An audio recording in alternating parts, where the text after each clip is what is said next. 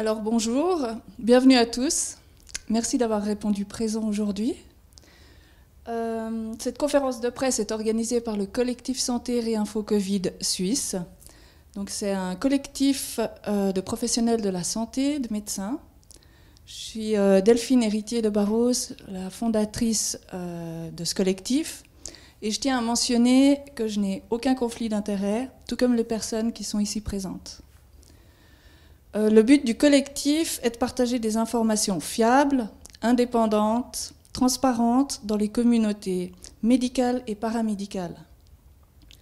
On souhaite aussi le retour de débats scientifiques, sourcés, hors conflit d'intérêts, pour arriver à des discussions constructives et informer de manière correcte la population. Alors, cette conférence de presse, elle fait suite à un courrier qui a été envoyé au sujet du port du masque chez les enfants. Il a été adressé aux autorités fédérales, cantonales, aux médecins cantonaux, aux sociétés de pédiatrie, à l'OFSP, etc. Ce courrier, il est composé de 4 lettres. Une lettre d'avocat, une lettre de médecin, une lettre d'enseignant et une lettre de parents. Donc, comme vous pouvez le constater, c'est un courrier qui est assez complet et d'horizons bien différents. Nous souhaitons développer ce qui a été mentionné dans ces lettres pour informer la population aussi de manière plus large. Je vous rappelle le protocole sanitaire à respecter selon la demande des autorités. Désormais, je vais laisser la parole aux intervenants qui représentent chacun un collectif différent, sauf en ce qui concerne Frédéric Giacomoni, qui est là en tant que psychiatre indépendante. Les questions des journalistes se feront à la fin. Comme ça, on laisse le déroulement se faire pour les intervenants. Je vous souhaite un très bon moment en notre compagnie et merci.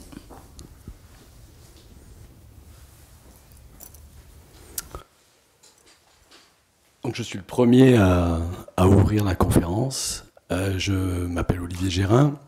J'exerce la profession de médecin dans le canton du Jura, en Ajoie. Et depuis le début, j'ai toujours trouvé un non-sens aux mesures qui étaient proposées. Et là, il m'a été demandé, au nom du collectif dont je fais partie, de venir parler de la problématique du masque, et en particulier chez les enfants. Et pour pouvoir aborder la problématique du masque, il me semble important de revenir à quelque chose de fondamental, qui est la respiration. C'est le premier mouvement que l'enfant naît. Quand il naît, il prend un premier inspire. Il sort d'un monde aquatique, il rentre dans un monde aérien, et il fait cet engagement d'inspirer pour pouvoir accéder au monde terrien. Donc c'est un mouvement qui est important, qui ne se fait pas sans souffrance, et qui permet à ce moment-là à ses poumons de se déplisser et de pouvoir remplir leur fonction qui va être d'oxygéner. Et puis, une fois qu'on arrive à la fin du parcours, nous avons le dernier expire. Donc inspire, expire vont parler de la vie de façon générale. Il y a autant d'inspire que d'expire pendant toute notre vie. Et ça me semble être un élément important, parce que quand on parle du masque, on vient parler de quelque chose qui vient entraver ce mouvement-là.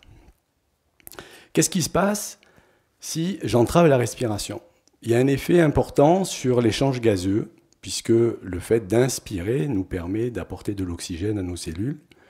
Et puis quand j'expire, je permets à un certain nombre de déchets, dont le gaz carbonique, de pouvoir être expulsé. Ce gaz carbonique est fabriqué par le métabolisme cellulaire, par l'activité musculaire, et si l'expiration ne se fait pas correctement, il va y avoir une incidence directe sur l'accumulation de ce gaz, qui est un gaz toxique.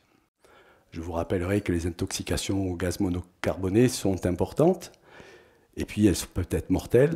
Donc le fait de respirer dans une cavité confinée, puisque le masque va créer une petite cavité devant la bouche, et ne va pas permettre à ce moment-là d'avoir un mouvement respiratoire fluide, complètement libéré de toute résistance, et va faire que peu à peu, ce taux de gaz carbonique va s'élever dans le sang.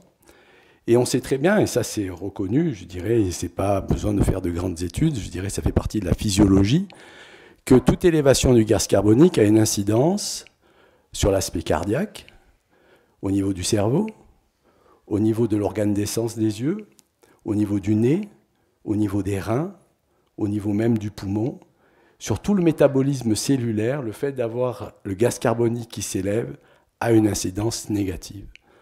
Les troubles du comportement, le psychiatre en parlera plus longuement, la somnolence, les maux de tête, sont liés à une modification du métabolisme, de la vascularisation au niveau du cerveau, puisque quand le gaz carbonique s'élève, il y a une vasodilatation au niveau du cerveau, il y a une vasoconstriction au niveau périphérique, ce qui fait monter la tension, mais ce qui crée aussi des maux de tête.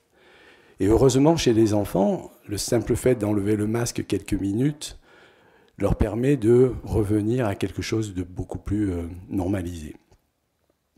Donc, une étude en Allemagne a été faite sur pratiquement 30 000 enfants, et il s'avère que plus de 60% des gamins ont évoqué des symptômes, et tous ces symptômes font partie de ce qu'on connaît, c'est-à-dire la physiologie de l'hypercapnie. Et il est clairement démontré que le fait de respirer au travers d'un masque génère ces troubles-là, liés en fait à une accumulation de gaz carbonique. L'OMS, à ce jour, n'a pas pu démontrer l'intérêt en termes de protection, de transmission du virus chez les enfants et encore moins chez les adultes, et ne peut pas dire que le masque est quelque chose de nécessaire pour couper la chaîne de transmission, terme souvent repris par les autorités. D'autre part, la balance bénéfice-risque, à ce jour, elle est plutôt dans le risque que dans le bénéfice. Le risque étant, en fait, par tous les éléments dont j'ai parlé au début, qui sont des symptômes évoqués par les enfants. D'autres effets sont des effets liés aux troubles du langage, à l'apprentissage, mais tout ça sera parlé par après les différents intervenants. Sur un plan incidence aussi, il ne faut pas oublier que le masque, j'en ai apporté là quelques-uns, sur la boîte, cette boîte m'a été apportée par la protection civile au mois de juin, au cabinet, et il est intéressant de voir que dessus, il est marqué que ça ne protège pas contre le virus de la grippe, et ça ne protège pas contre l'infection respiratoire, et que le SARS-CoV-2, le coronavirus, a une dimension à peu près équivalente au virus de la grippe. Ça veut dire que quelque part, s'il ne protège pas contre le virus de la grippe, il ne protège pas plus contre le virus du SARS-CoV-2. Et c'est marqué sur la boîte. Mais il semblerait qu'a priori, tout le monde ne le lit pas. Quand on respire avec un masque dans un bloc opératoire, puisqu'au départ, c'est pour des blocs opératoires, nous sommes dans ce qu'on appelle des conditions particulières où il y a une ventilation, où il n'y a pas d'effort, à part un effort de concentration, mais il n'y a pas d'effort physique. Donc la consommation d'oxygène n'est pas énorme. L'accumulation de gaz carbonique est moindre puisqu'il n'y a pas d'effort physique. Il n'empêche qu'ils se sont rendus compte que quand l'humidité est accumulée dans le masque, la protection électrostatique ne se fait plus. Donc c'est clair qu'il va s'accumuler dans le masque un bouillon de culture au bout d'un certain temps. Donc il est clairement écrit et reconnu que quand le masque est humide, il faut l'éliminer, il faut le jeter, et non pas dans une poubelle, mais normalement dans des déchets dits médicaux. Donc quand on voit des enfants qui portent le masque, un coup sur le menton, un coup sur le nez, des fois sur le coude, ou même des adultes, on se dit que les protections, je dirais les recommandations qui sont nécessaires pour pouvoir porter le masque correctement pour se protéger ne sont pas respectées. Et c'est légitime, puisqu'un enfant de 10 ans, de 12 ans, je dirais, il ne peut pas supporter le masque et le garder correctement pendant des heures. Donc c'est quelque chose qui est dédié à des personnels de santé, à des professionnels de santé, et non pas à des enfants et pas à des adultes en bonne santé qui se promènent à l'extérieur. Bien entendu, le masque, il est lui aussi répond à des critères de température et d'hygrométrie. Donc quand on est dehors, à l'extérieur, en train de se promener, et quand on voit des adultes et des enfants qui se promènent avec le masque, on se dit qu'il y a quelque chose qui est complètement incohérent. Et le fait que quand on ne respecte pas ces règles, on peut provoquer ce qu'on appelle des autocontaminations. C'est-à-dire que dans le masque, par l'humidité qu'il va générer, ce bouillon de culture va faire que on va réinspirer des germes qui normalement sont expirés. Et ce qui fait qu'on peut observer une recrudescence d'affections ORL, de sinusite, de rhinite, d'angine, qui sont en fait des fois des signes qu'on peut retrouver dans les affections saisonnières ou dans ce qu'on appellera aujourd'hui le SARS-CoV-2, puisque les affections saisonnières n'existent plus, on n'a plus que du SARS-CoV-2 à toutes les sauces. Et ce sont les mêmes signes qu'on va retrouver à cause du port du masque qui ne se fait pas de façon cohérente. Donc c'est clair qu'aujourd'hui, il n'y a aucun argument scientifique réel, vrai, qui permette de dire oui, le masque est important, oui, il est nécessaire que les enfants portent le masque pour se prévenir d'une infection. Il ne faut pas oublier aussi que la maladie SARS-CoV-2 ne touche pas les enfants, ils ne sont pas réservoirs, ils ne sont pas contaminants. Il y a une étude qui a montré que ça ne dépassait pas les 0,03% dans la population des 0,9 ans et qu'il n'y avait quasiment pas de contaminés ou de malades dans la population de 10 à 19 ans. Une étude est en cours sur le gaz carbonique à l'intérieur du masque. Et il semblerait que, autant on a un gaz carbonique ambiant qui est de l'ordre de 400 à 500 ppm, quand on est avec un masque, au bout de peu de temps, la valeur peut monter jusqu'à 2000, 3000, 4000, 5000, avec toutes les incidences qu'on connaît sur les organes. Et puis en venant, j'ai écouté une dernière conférence du docteur Fouché avec Maître Brouza, sur une évaluation avec la saturation en oxygène chez des enfants qui portent le masque pendant au moins 3 heures, voire 4 heures. Et c'est effarant. Une saturation en oxygène normale, c'est 99, 98. Et au bout de 4 heures, en continu, on a pu mesurer, enfin ils ont mesuré, des valeurs de l'ordre de 90, 91, voire 88. Ça veut dire que en tant que médecin, quelqu'un vient au cabinet, il a une saturation en oxygène à ces valeurs-là, c'est quasiment une hospitalisation. Parce qu'il est gravement atteint d'une hypoxémie qui pourrait, si elle se prolongeait, devenir une hypoxie. Donc quelque part, il y a une mise en danger de l'enfant par ces mesures-là, du fait de cette dette en oxygène et de l'élévation du gaz carbonique qui est nocif, qui est un poison pour l'organisme. Je crois qu'il va être important de pouvoir aller de l'avant pour ces mesures-là. Je sais qu'au niveau du collectif, il est prévu de faire des enquêtes de ce côté-là, des mesures pour les faire remonter, parce que les directeurs d'établissement sont aussi responsables à accepter que des mesures comme ça, délétères pour les enfants, puissent perdurer. Voilà, donc je crois qu'on n'a pas fini d'avancer pour faire que ces mesures-là s'arrêtent, parce qu'elles sont délétères, elles ne sont pas du tout pour la bienveillance de l'enfant, et l'intégrité physique n'est pas respectée. Et c'est quand même une des mesures phares de respecter l'intégrité physique de l'enfant. Je vous remercie. Bonjour à tous. Mon nom est Nadia Zemp, je suis enseignante dans le canton de Vaud, dans le secondaire 1.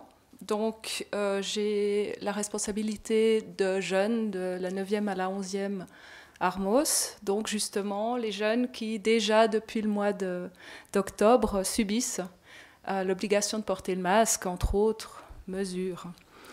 Je suis là comme représentante du collectif Roman éducateurs et enseignants.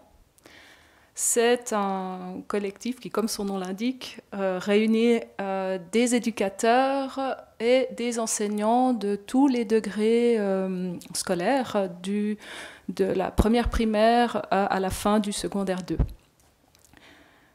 En fait, les membres de ce collectif se sont réunis autour de 2 valeurs principales qui sont en fait, la volonté d'œuvrer pour l'épanouissement des enfants.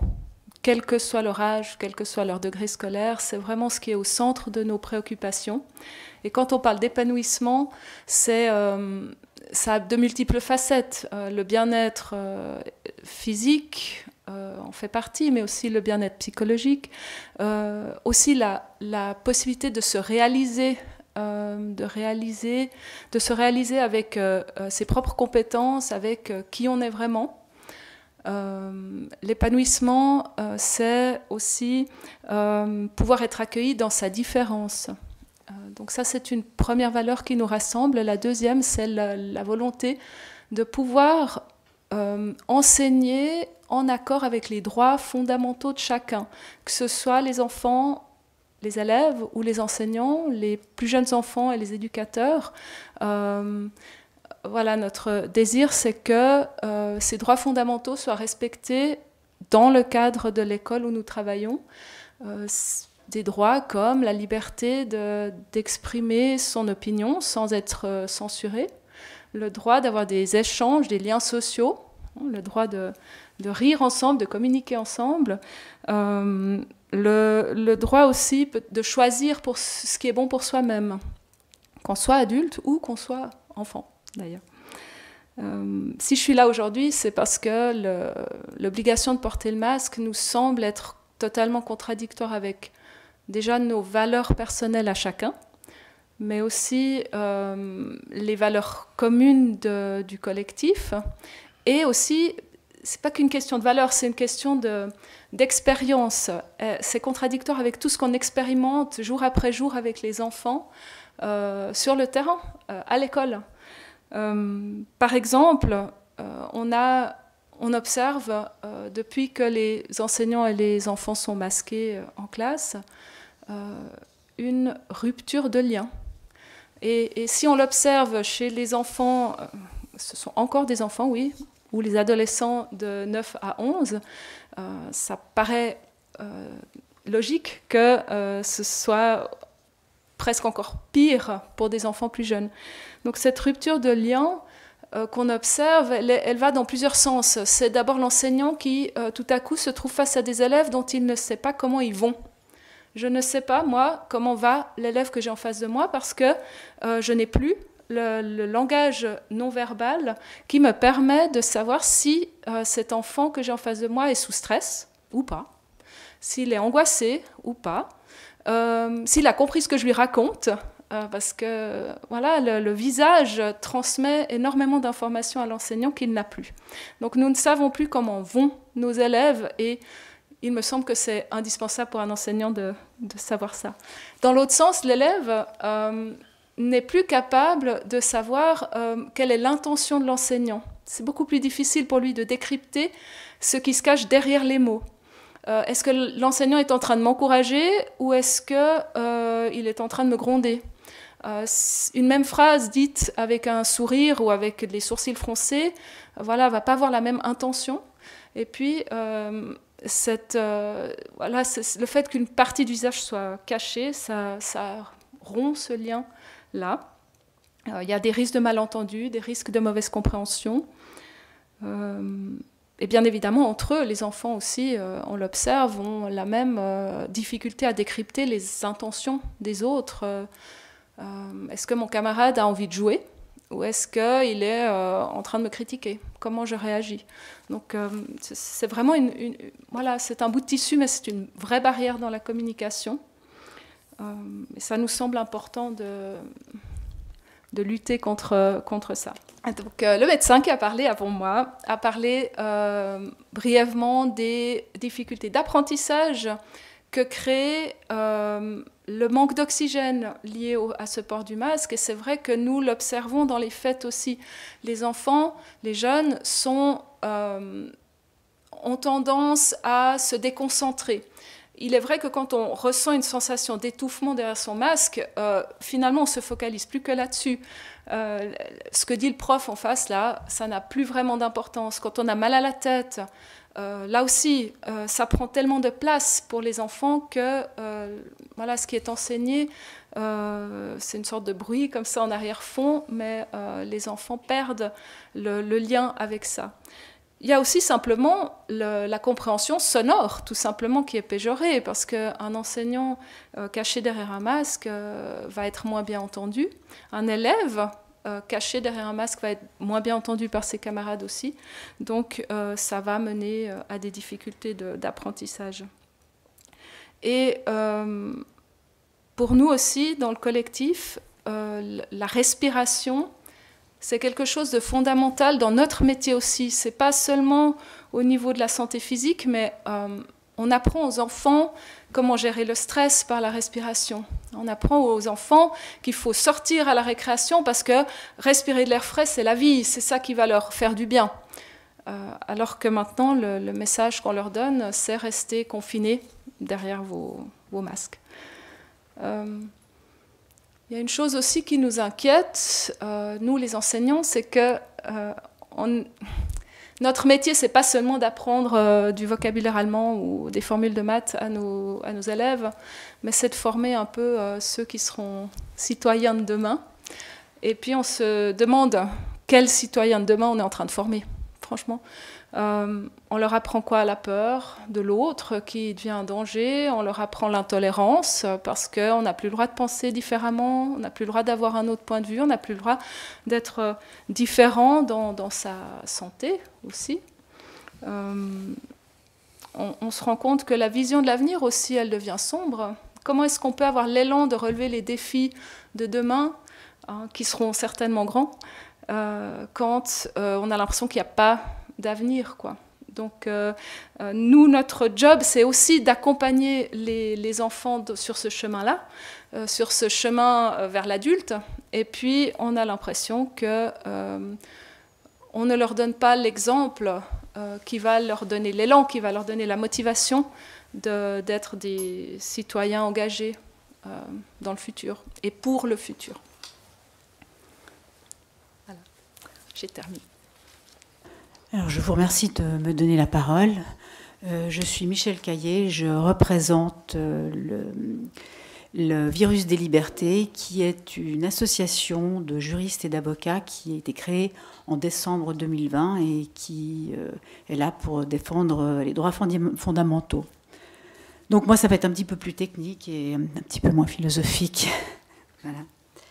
Donc, relativement à la question juridique que pose l'obligation du port du masque à l'école, je voudrais d'abord revenir sur le fait qu'il n'y a aucun consensus scientifique quant aux effets du port du masque chez les enfants et notamment chez ceux qui ont moins de 12 ans.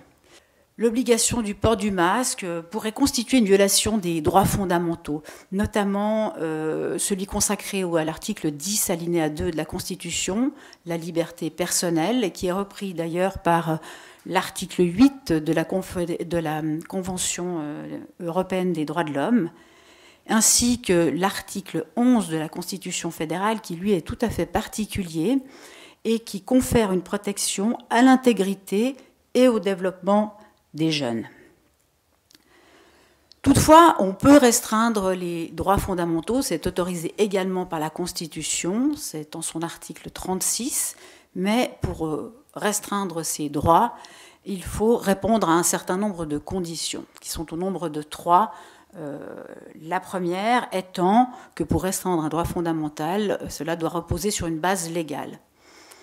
Actuellement, la base légale qui est utilisée, c'est la loi Covid-19, dont vous avez entendu parler, qui a été votée par le Parlement au mois de septembre 2020 et qui a fait l'objet d'un référendum qui a abouti.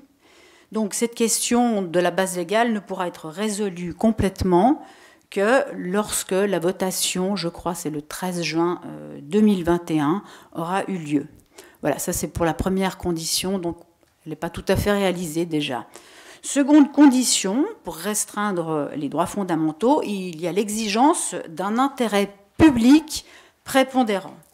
Actuellement, nos autorités considèrent que l'intérêt public de faire porter un masque aux enfants qui ont 12 ans et plus dans les lieux publics et à l'école est prépondérant pour des questions de santé publique liées à l'épidémie du Covid-19.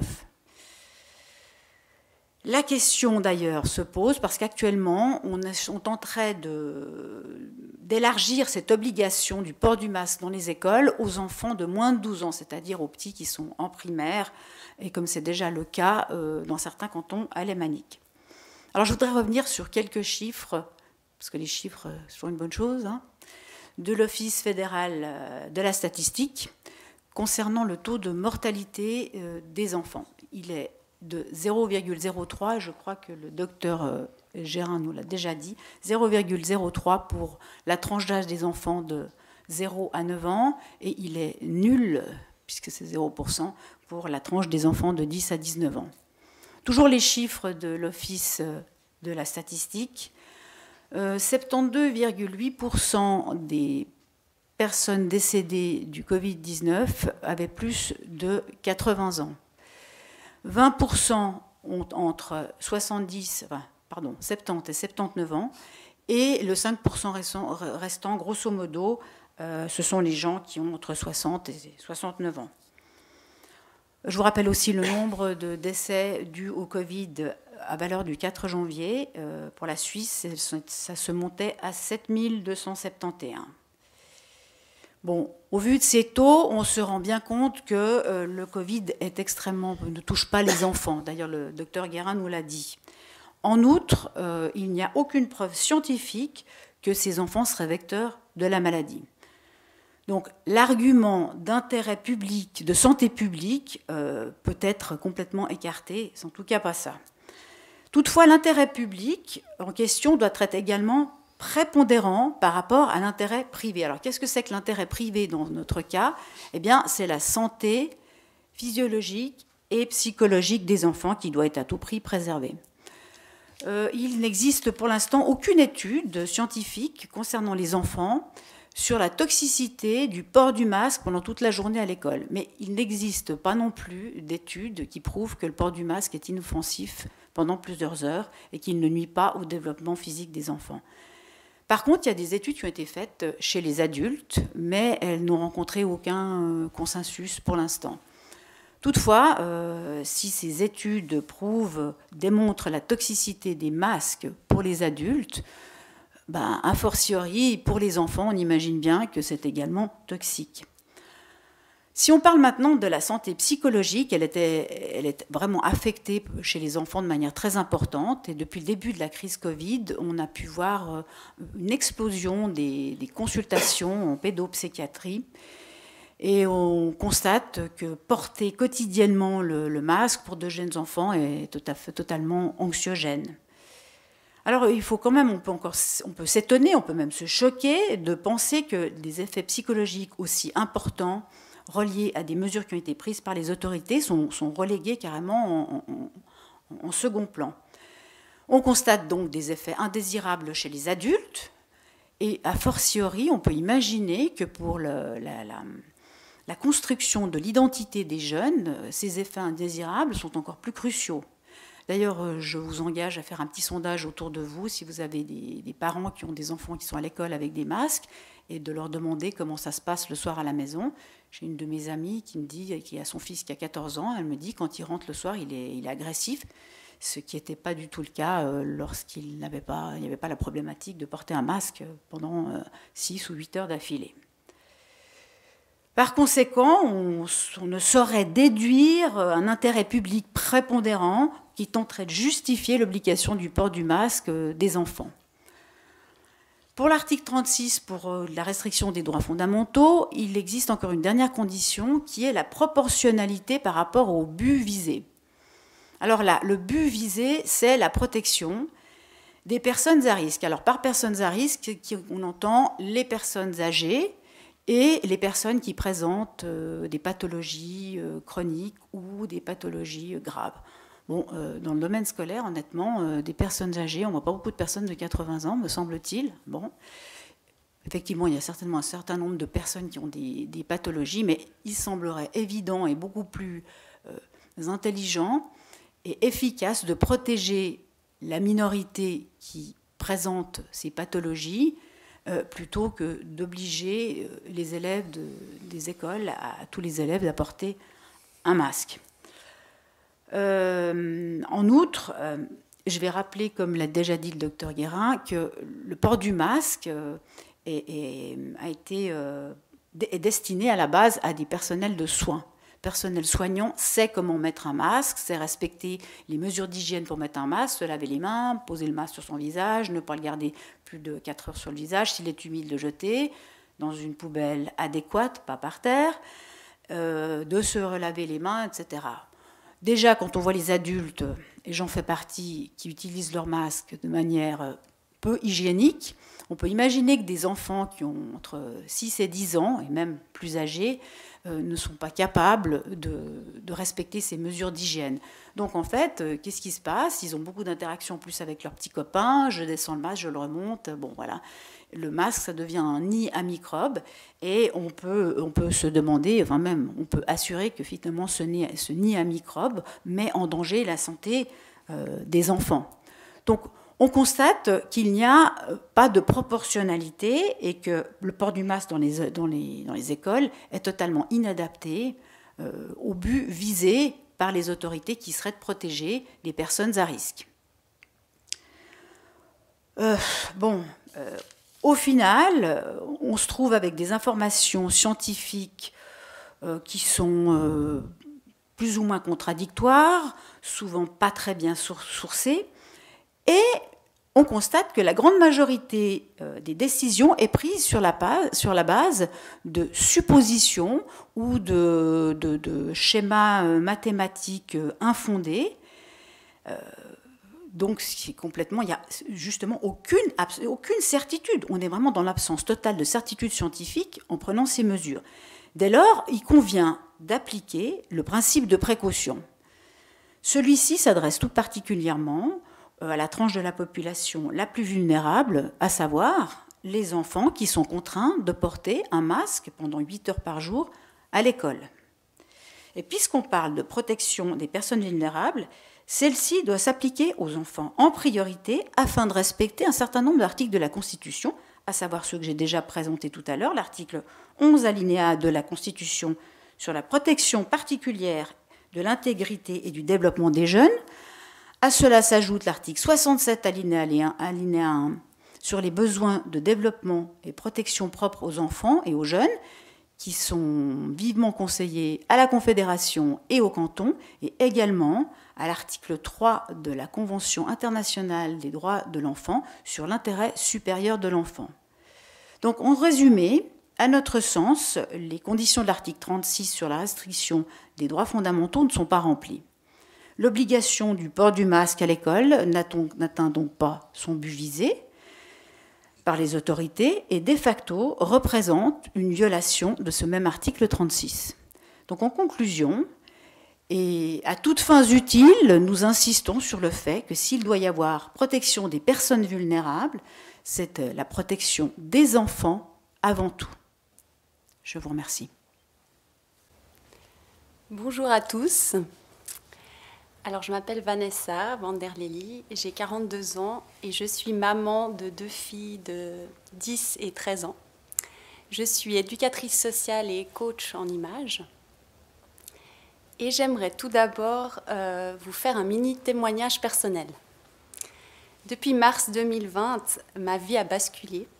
En effet, j'ai très rapidement senti, instinctivement, que la situation vis-à-vis des jeunes et des enfants n'était pas cohérente à mon sens. Pourquoi culpabiliser ces derniers? Pourquoi instiller ce climat mortifère auprès d'eux et leur faire porter la responsabilité des décès de personnes âgées ou malades? Pourquoi les empêcher de vivre librement alors que l'on a vu très rapidement qu'ils n'étaient pas touchés par ce virus?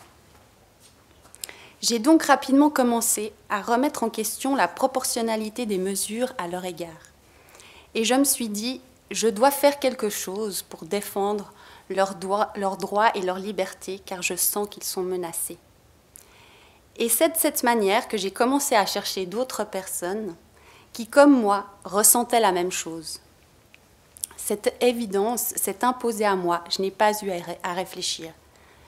Je suis donc ici devant vous pour représenter mes enfants et aussi représenter tous les parents qui se posent des questions, qui sont très inquiets pour la bonne santé de leurs enfants et qui ont besoin urgemment aujourd'hui de réponses à leurs doutes et à leurs interrogations. Je parle aujourd'hui au nom du collectif Parents de Suisse romande qui s'est créé il y a quelques semaines et qui regroupe maintenant plus de 700 parents. Nous sommes un comité de 10 mamans très soucieuses pour l'avenir de nos enfants. Nous souhaitons partout en Suisse créer des liens entre les parents qui sont également préoccupés par le bien-être et la santé de leurs enfants. Notre mission est de tout d'abord préserver la santé des enfants en Suisse et porter des actions concrètes au nom du collectif et également de manière individuelle. J'aimerais partager avec vous la définition de la santé selon l'OMS.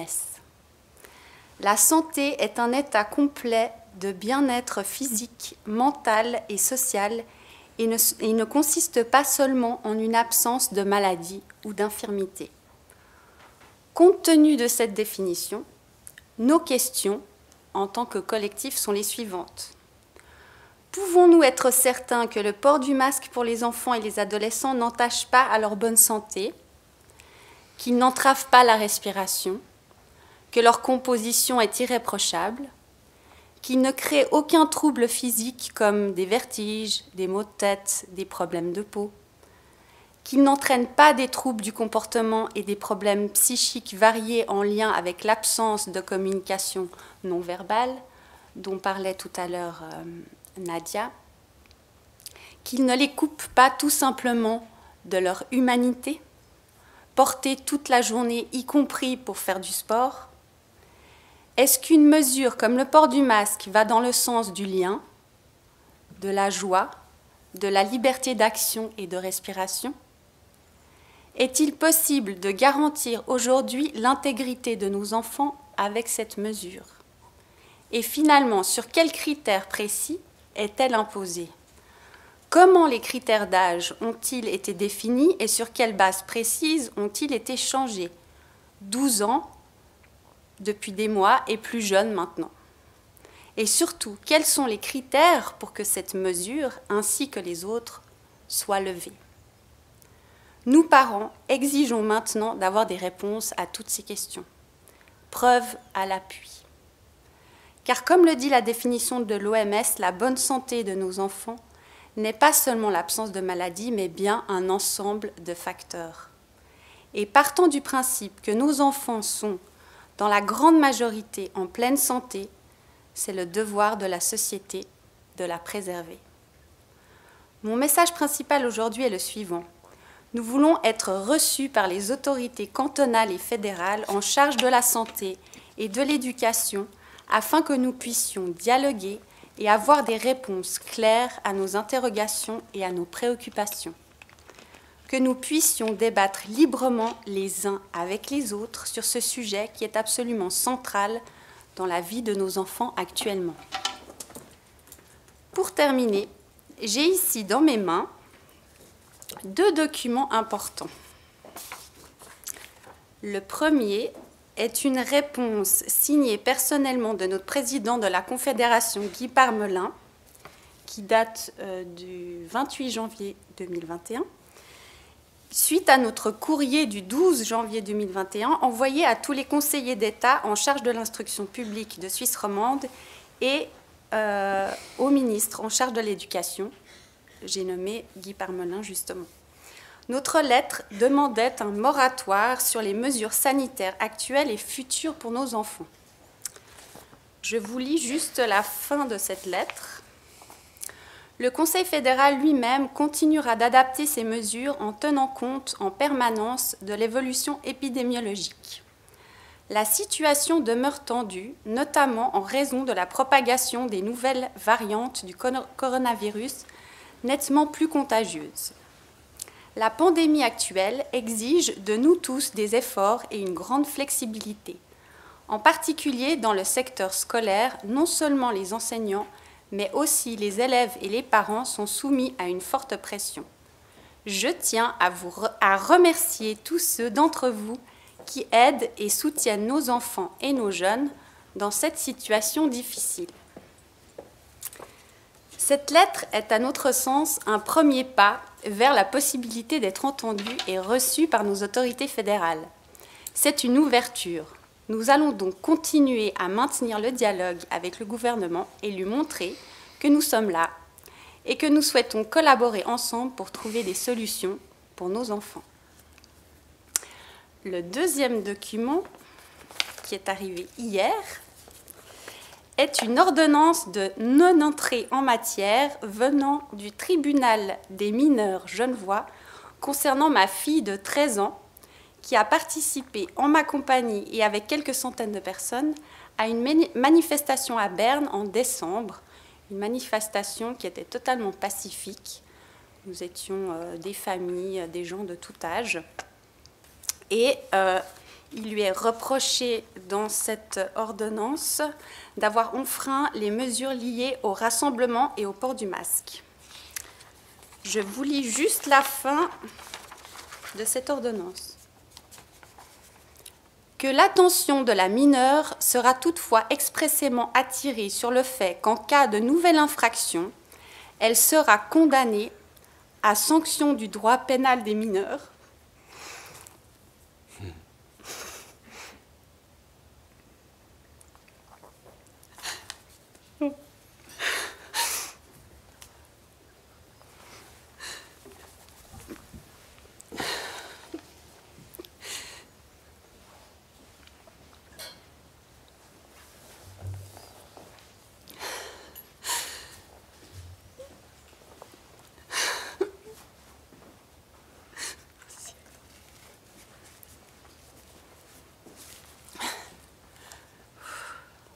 Je suis désolée.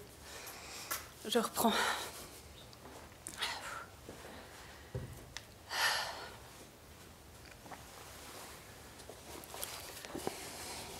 Que l'attention de la mineure sera toutefois expressément attirée sur le fait qu'en cas de nouvelle infraction, elle sera condamnée à sanction du droit pénal des mineurs et au paiement des frais de procédure puisqu'il est essentiel qu'elle se comporte, lorsque cela est imposé par les autorités, de façon à éviter la propagation d'un virus et la mise en danger de la santé publique.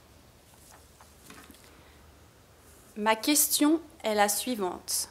Comment est-il possible en Suisse, aujourd'hui, en 2021, qu'une enfant de 13 ans, sans aucun précédent judiciaire et ayant eu un comportement exemplaire toute sa vie durant, puisse être menacée de poursuites pénales parce qu'elle est descendue dans la rue pour défendre une seule chose, sa liberté. Je vous remercie. Bonjour à tous. Alors, je suis Frédérique Giacomoni, je suis psychiatre indépendante et je remercie Delphine de Barros de m'avoir proposé de m'exprimer cet après-midi sur ce sujet difficile et on voit émotionnel aussi, bien sûr, sur la question du port du masque chez les enfants. J'avoue qu'il est étonnant que cette question puisse se poser, simplement se poser, puisque désormais, nous le savons, le Covid n'est pas une maladie pédiatrique. Ce n'est pas moi qui le dis, il y a eu plusieurs études dans différents pays qui ont montré qu'en effet, le Covid n'est pas une maladie pédiatrique. Les enfants sont très peu malades. Je ne reviens pas sur les chiffres qui vous ont été donnés, qui sont parfaitement exacts. Ils ont des formes moins graves de l'infection et moins graves que les autres années. On a tous eu des enfants en bas âge. On sait qu'ils sont malades, notamment les petits. Quand ils vont à l'école, ils sont malades, très malades. Ça dure un jour ou deux. Nous, on est plus malades qu'eux en général. On refait notre immunité.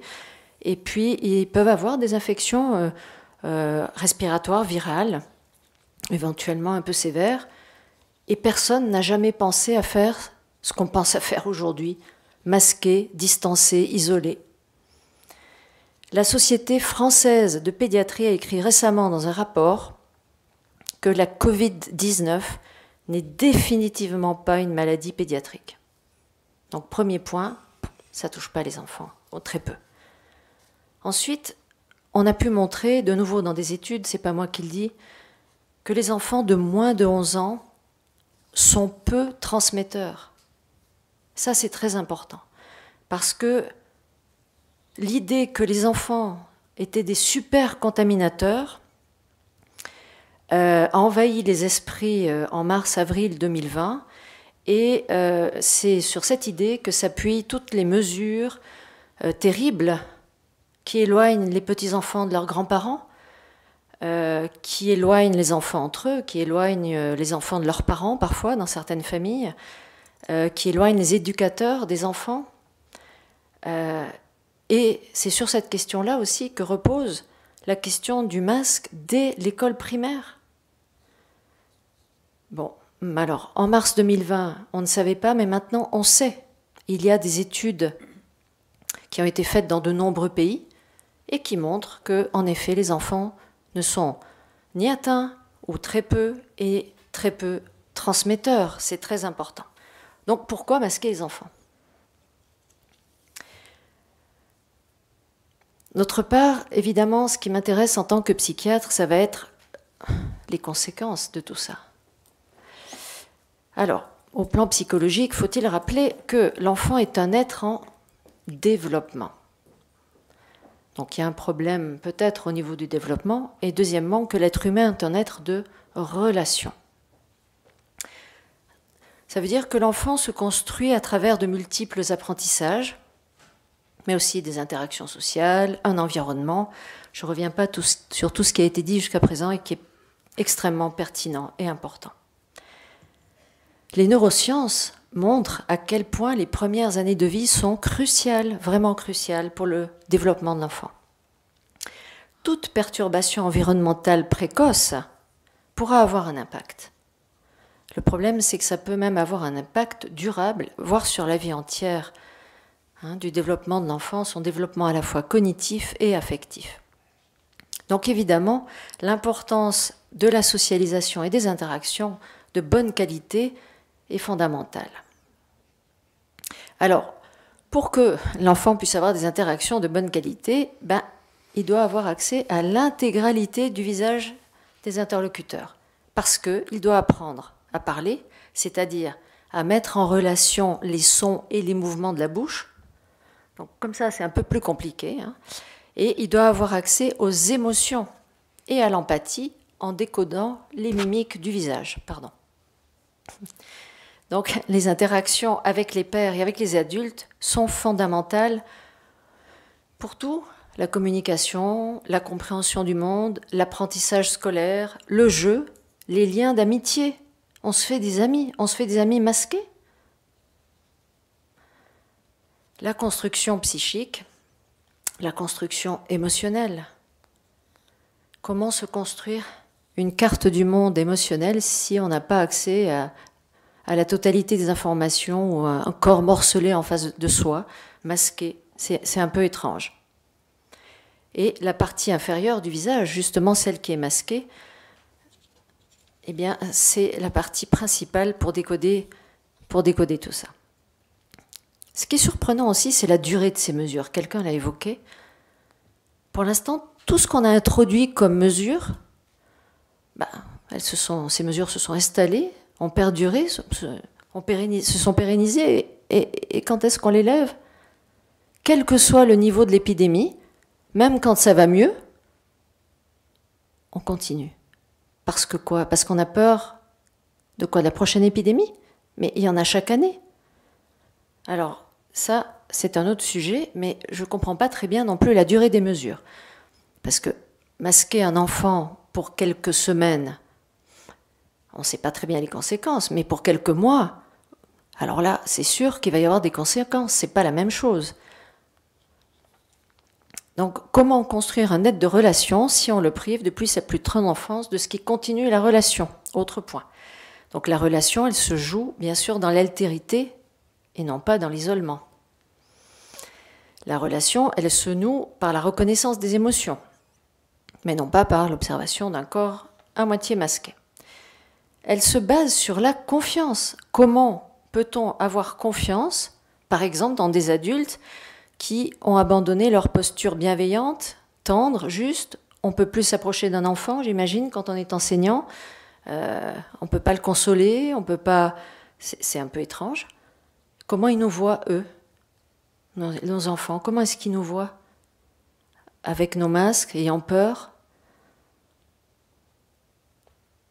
Ouais. Tout cela constitue quand même une perte des repères structurants, et ça constitue pour eux aussi des discours paradoxaux. En gros, c'est « je te fais du mal, mais c'est pour ton bien ». Pour moi, ça, c'est un gros souci. Alors, les risques du masque, les risques du port du masque chez l'enfant, vous ont été rappelés par le docteur Gérin. Au plan physique, il y en a déjà toute une liste. Elle n'est pas exhaustive, mais on peut rappeler que si on porte des lunettes, on ne voit pas bien avec la buée, donc l'enfant risque d'enlever ses lunettes de correction. C'est plus difficile, évidemment, d'apprendre à lire si on n'y voit pas bien. Il y a bien sûr des troubles liés à l'augmentation du gaz carbonique dans le sang, mais il y a aussi des troubles du sommeil, des troubles de l'appétit, des troubles du comportement, des troubles de l'attention qui peuvent être aggravés par ce port du masque, des difficultés à s'exprimer, à se faire comprendre, des difficultés à être en lien, ça, je l'ai dit aussi. Mais le pire pour moi, en tant que psychiatre, c'est les risques psychologiques. Ce sont eux qui me font vraiment peur parce qu'ils peuvent être durables. Comment est-ce qu'on se construit enfant quand la perception de l'environnement extérieur est vécue comme anxiogène? Tout fait peur. J'ai pas de masque, j'ai peur. J'ai un masque, j'ai peur. L'adulte n'a pas de masque, j'ai peur. Il a un masque, j'ai peur. Il enlève son masque, j'ai peur. Ouais. C'est une modification profonde de la relation aux autres. Tout est danger. On ne se touche plus. Plus de tendresse. Le toucher, c'est si important. Et puis, il y a la culpabilisation, qui est véhiculée par l'idée que l'enfant puisse être responsable de la maladie et de la mort, éventuellement, de son entourage. Peur d'être responsable de la mort de ses grands-parents. C'est affreux. La peur est maintenue à un niveau élevé et on connaît la toxicité de la peur tant sur le plan physique que sur le plan psychique. Et le port du masque me rappelle qu'il faut avoir peur. Il y a un danger. Il y a aussi un risque énorme de répercussion sur la construction de la personnalité. Ça, c'est aussi un point très important. Mon collègue a souligné tout à l'heure aussi qu'en tant que médecin, on doit faire en permanence l'analyse des bénéfices-risques, c'est-à-dire que dès qu'on doit faire quelque chose, prescrire ou prendre une décision, on doit toujours faire une pesée d'intérêt, bénéfice-risque. Il faut être honnête avec ça.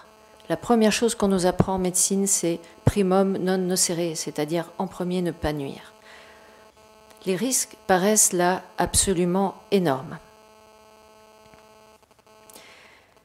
Les risques sur la construction de la personnalité, ils me paraissent importants, puisque cette peur maintenue sur du long terme, on ne sait pas bien ce que ça va donner, mais pas des bonnes choses. Or, les troubles de personnalité, on sait que c'est difficile de les soigner. En tant que psychiatre d'adulte, je peux vous dire que c'est compliqué, ça prend des années, sans résultat garanti, et ça impacte la vie quotidienne, pour toute la vie. Rappelons aussi que l'intérêt supérieur de l'enfant doit primer, toujours. Même en matière de droit, on l'a rappelé tout à l'heure. Comment pourrons-nous justifier aux yeux de nos enfants que nous avons pensé à leur intérêt en les isolant les uns des autres, en les culpabilisant, en leur faisant peur, en les empêchant de vivre leur vie d'enfant ou leur vie de jeune, parce qu'on masque tout le monde maintenant, en entravant leur développement psychique, en risquant de leur créer des troubles de personnalité durables dans le temps et qui impacteront toute leur vie future. La Société française de pédiatrie a écrit dans son dernier rapport que la santé mentale et sociale ne doit pas être sacrifiée en contexte pandémique, mais rester une priorité sanitaire au regard des enjeux pour les années à venir. Nous avons le devoir de protéger la santé globale des plus jeunes. C'est explicite. D'accord, donc notre devoir de parents, de grands-parents, quel que soit le rôle de chacun dans la société, est clairement de protéger nos jeunes. Les pédopsychiatres alertent énormément sur l'explosion des demandes de consultation pour des primes chez des enfants, explosion de consultation pour des primes, anxiété, agitation, troubles du sommeil, angoisse de mort et éventuellement même épisodes psychotiques. Que sommes-nous en train de faire ? Le pire est encore que les enfants qui ne manifestent pas ou peu de troubles ne vont pas forcément bien pour autant. Alors, je vais vous déprimer. Mais certains peuvent être tout aussi affectés profondément, même sans le montrer. Une psychologue, Madame Amandine Potier, écrit ceci. « Si certains de ces enfants semblent trouver cela normal en apparence, usant de leur capacité d'adaptation, ils engrangent dans leur mémoire cellulaire une somme colossale d'informations anxiogènes. L'apparition de troubles ultérieurs des conduites, du comportement et de l'apprentissage pourrait nécessiter de multiplier les consultations auprès de spécialistes et les pathologies infantiles risqueraient de ne plus faire exception. » Oui, nous n'avons pas tous les mêmes capacités de résilience et nous sommes en train de jouer aux apprentis sorciers. Et donc, il ne faut absolument pas négliger l'impact traumatique à long terme qui peut favoriser des terrains d'anxiété généralisée, de pathologies anxio-dépressives ou des problématiques d'insécurité majeure qui peuvent affecter durablement la qualité de la santé psychique et ce pour la vie entière. Donc, en résumé, c'est une maladie qui ne touche quasiment pas les enfants. Les enfants ne transmettent pas la maladie et un masque porté en continu comporte des risques énormes, tant sur la santé physique que psychique, sur le développement de l'enfant et sur la construction même de sa personnalité. Donc la psychiatre que je suis est inquiète sur ce que nous faisons vivre à nos jeunes. Merci.